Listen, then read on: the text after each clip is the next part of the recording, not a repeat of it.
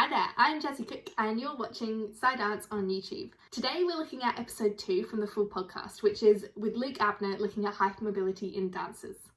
So what is hypermobility? Well, joint hypermobility refers to a larger than normal range of motion in a joint, and it can be inherited or acquired through training. It's common among dancers because of the aesthetic and flexibility requirements of training. It's often considered advantageous, but it could be a liability or an asset, which we'll look at a little bit closer. But on the whole, hypermobile dancers are drawn to dance because they tend to find reaching the positions required easy. There's also selection by teachers, which may happen at quite an early age. So it seems to be prevalent, which we'll look at in a minute. There's some really great detailed information on what hypermobility actually is in an article which I'll put up just here. But to get us started, it affects connective tissue. So hypermobile people have a higher proportion of collagen and a lower proportion of elastane. It can be either benign or symptomatic. Hypermobility syndrome can be assessed in a few different ways. One example is criteria called the Baden score, which determines how many tests are positive out of a score of 9. Anything 5 and over is deemed to be hypermobile. This may not be accurate, but it's a pretty good place to start. There's also a challenge though, in that dancers are generally more flexible than the normal population anyway, so this might be a confounding factor. So let's take a look at the study in the Royal Ballet School and Company.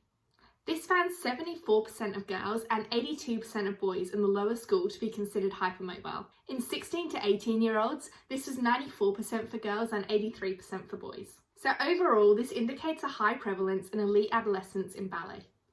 So to help us kind of understand the dancers that we're looking at, Luke uses this really great analogy of rocks and jellyfish. So rocks tend to be the really strong dancers who need to work hard at their flexibility, and jellyfish tend to be quite flexible but need to work much harder at their strength, for example, hypermobile dancers. Something really interesting is that jellyfish can sometimes hide their lack of strength from a young age, or so they think they can amongst themselves and other young dancers. An educated eye can usually see it, but to the young dancer, initially a lot of things might come easy if you're hypermobile, so perseverance and motivation can be kind of difficult later on in training. So it's really important that the teacher understands hypermobility and how to work with it. Luke also touches on some of the common injuries associated with hypermobility. But this can be hard to tell if it's a hypermobile thing or a dance thing, because a lot of dancers are hypermobile. Despite this, Luke mentions that a lot of injuries are often overuse injuries, not traumatic. This might come from a lack of control or a lack of support, where it's harder to control an extreme range of motion.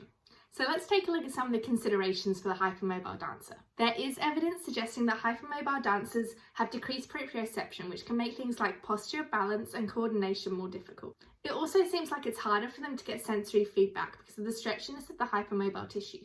So body awareness seems to be challenging, and sway back knees is a good example of this. It's hard to feel where straight is when it's somewhere in the middle of your range. Other more specific challenges might include things like point work, the learning and remembering of steps, having to work harder than their counterparts to maintain their technique, and also a longer recovery time from injury. So what can we as teachers do to ensure that our hypermobile dancers train safely and reduce their risk of injury?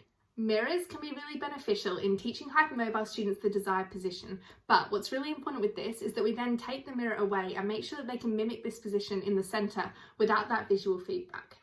Anything that helps a student feel what is happening is useful. So Luke makes suggestions like using TheraBands and KT tape. He does give actual suggestions of what we can do with that, so make sure you go and listen to the podcast if you'd like to hear it. But again, equally, it's important that we take that away and make sure that our dancers aren't over-reliant on things like that. Cueing can also be really helpful, so it does depend on your teaching methods, but saying things like standing tall, not standing straight, and heels together can be really useful in helping our hypermobile dancers know where their correct alignment is. Imagery and kinesthetic feedback are really useful tools. So with our hypermobile dancers, like we touched on before, the strength to support that hypermobility is often the missing jigsaw puzzle piece. Hypermobile dancers seem to want to stretch, to perhaps feel where the body is in space and to feel a definite end range in the position. Stretching isn't necessarily problematic so long as it's not excessive, in place of warm-ups or in place of stability exercises. But there is recent research that suggests that strengthening into ranges of flexibility may be better for flexibility gains than just passive stretching. So looking a little bit further at strengthening endurance, it is possible for muscles to not be weak, but to just be inactive. It's possible to have a strong muscle that just isn't being used. As teachers, we can help this by encouraging focus in exercises, so to help make this bridge in students' minds. So Luke's advice to teachers on how to do this is to tell our students what we actually want from them in the exercise. So saying things like, in this exercise, I'm only looking at your supporting leg, I'm not looking at your working leg. Letting them know what actually will make this exercise good.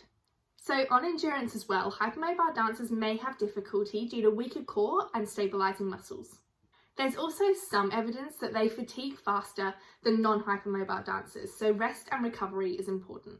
There's also a potential psychological consideration in that hypermobile dancers tend to heal more slowly, so they may be out of class for longer if injured, and this can be really frustrating. So Luke's advice to the hypermobile dancer is to be aware of the control that's needed. Often they don't think that they risk injury because their body has always been able to do everything that's required of them. But if you have more range, you have more range to strengthen, so Luke recommends cross-training to help this. And Luke's advice generally is to redefine what success is. Pushing harder at what you're already good at isn't going to make you a better dancer. So looking back at the Royal Ballet School study that we looked at, the principals actually had the lowest incidence of hypermobility. So it's really important to work at all of the missing links. Thanks so much for watching, and tune in again soon for another episode of SciDance on YouTube. Make sure you check out the full podcast, which I'll link below, and like and subscribe and share with any dance teachers who you think might be interested. See you soon!